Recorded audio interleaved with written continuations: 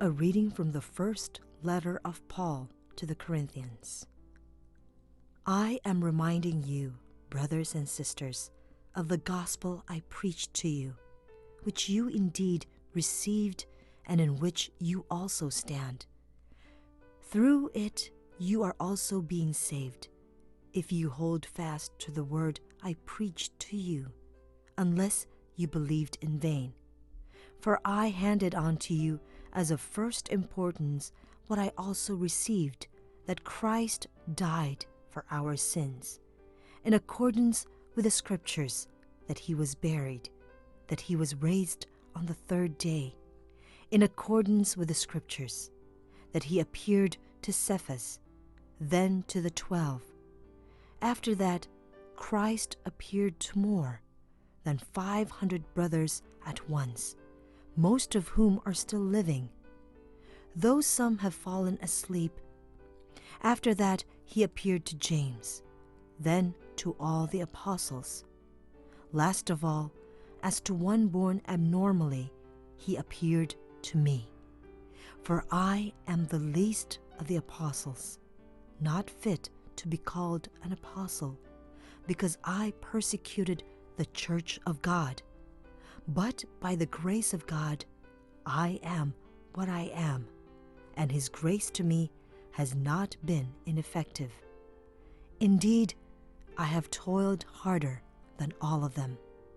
Not I, however, but the grace of God that is with me. Therefore, whether it be I or they, so we preach, and so you believed. The word of the Lord. Our second reading is taken from the first letter of St. Paul to the Corinthians. We have been reflecting on the closeness of God to sinners. In fact, it is God who comes close to the sinners. This was the experience of the prophet Isaiah in the first reading. Seeing the holy God, Isaiah feared for his life. How could he live after seeing someone who is his contrary? I am a sinful person. But God sent his angel to purify Isaiah. And in the end, Isaiah became God's co-worker.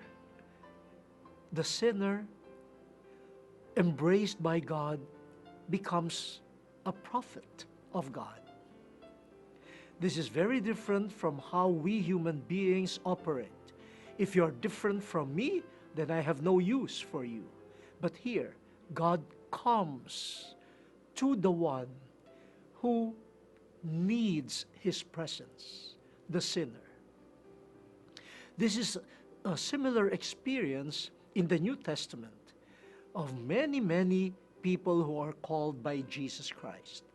In the second reading, we have St. Paul preaching to the Corinthians, proclaiming to them what he had himself received. The message about how Jesus was the fulfillment of the Scriptures, how Jesus truly died on the cross for all of us, and how Jesus was raised from the dead. And he enumerated the many people who could give a testimony to the risen Christ, those people who had been graced by the visit, by the epiphany, by the manifestation of the risen one.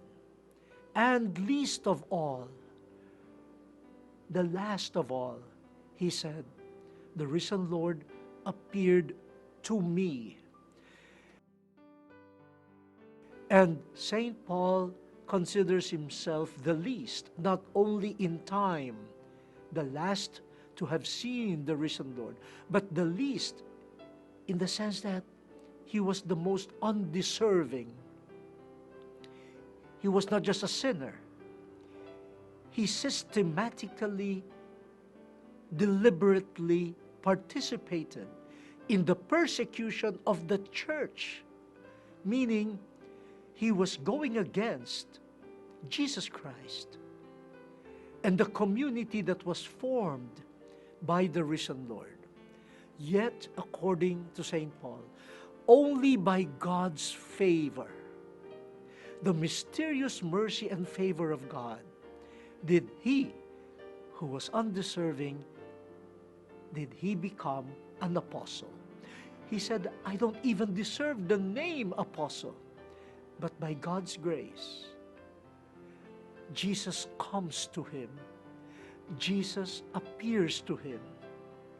Jesus communicates with him.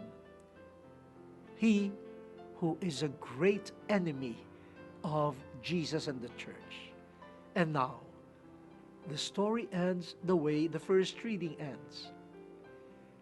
He is the great apostle of the gospel of Jesus. He who persecuted the church is now the great preacher of the gospel, so that the church would increase.